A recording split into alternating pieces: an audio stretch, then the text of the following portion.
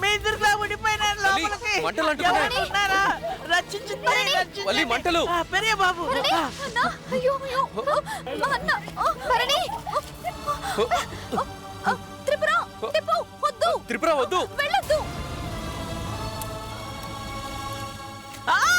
అమ్మో పరిణి మంటలు. అమ్మో పెద్దమ్మ గారు. రండి. మండుకున్నది. అమ్మో పెరియ బాబు. పెద్దమ్మ గారు. త్రిపుర వల్లి నువ్వు దా వచ్చేయ్. వల్లి మీ ఇద్దరు దా వచ్చేయండి బయటికి. అమ్మ టిప్పు.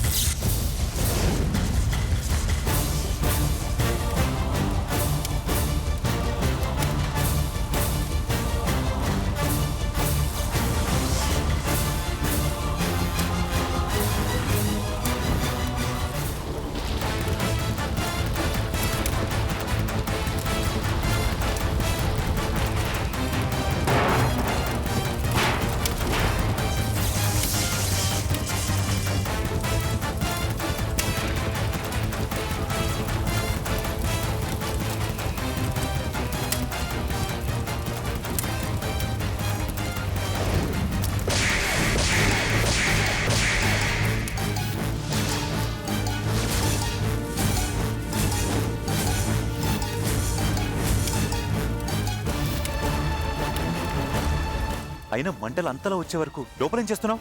బయటికి రావాలని తెలీదా? సమయానికి నేను వచ్చాను కాబట్టి సరిపోయింది. లేకపోతే నీకేమైనా జరిగితే మేము తట్టుకోగలమా?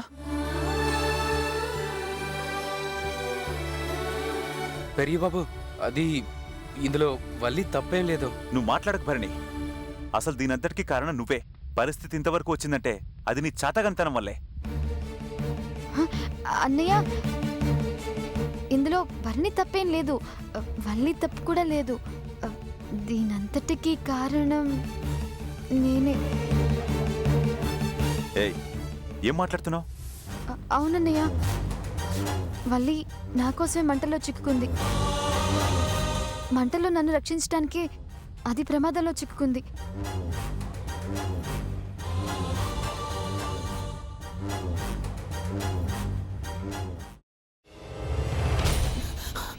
నువ్వు ఇంకేమన్నా చెప్పాలా? ఇంకేమన్నా అబద్ధం చెప్పాలనుకుంటే చెప్పేయి. నేను చూడాలనుకుంటున్నాను నన్ను మోసం చేయడానికి నువ్వు ఎంత నీచానికి దిగజారగలవు అని.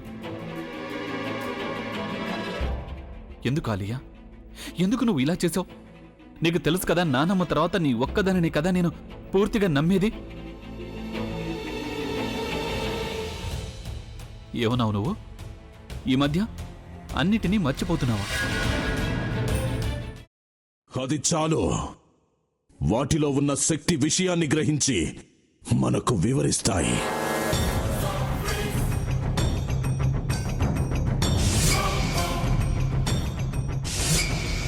ఎవరు ఆ దండ విప్పొద్దు, గది తలుపులు తెరవద్దు.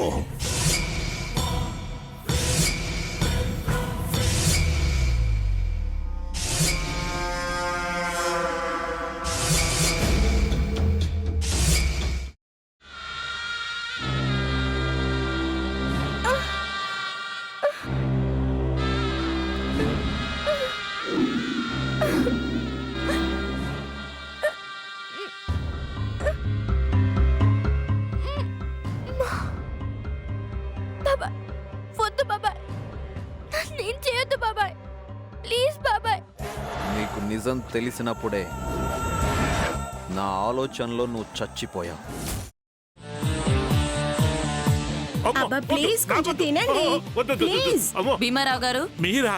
ఇగో మీరా కాదు సక్కుబాయ్. అవును, మీ పనామే లేచిపోయిందని చెప్పి కంప్లైంట్ ఇచ్చినావు కదా. రేయ్, ఆయన కంప్లైంట్ ఇచ్చింది లేచిపోయిందని కాదు, కనిపించడం లేదు అని. అట్లానా? సరే మేడం. ఇడియట్.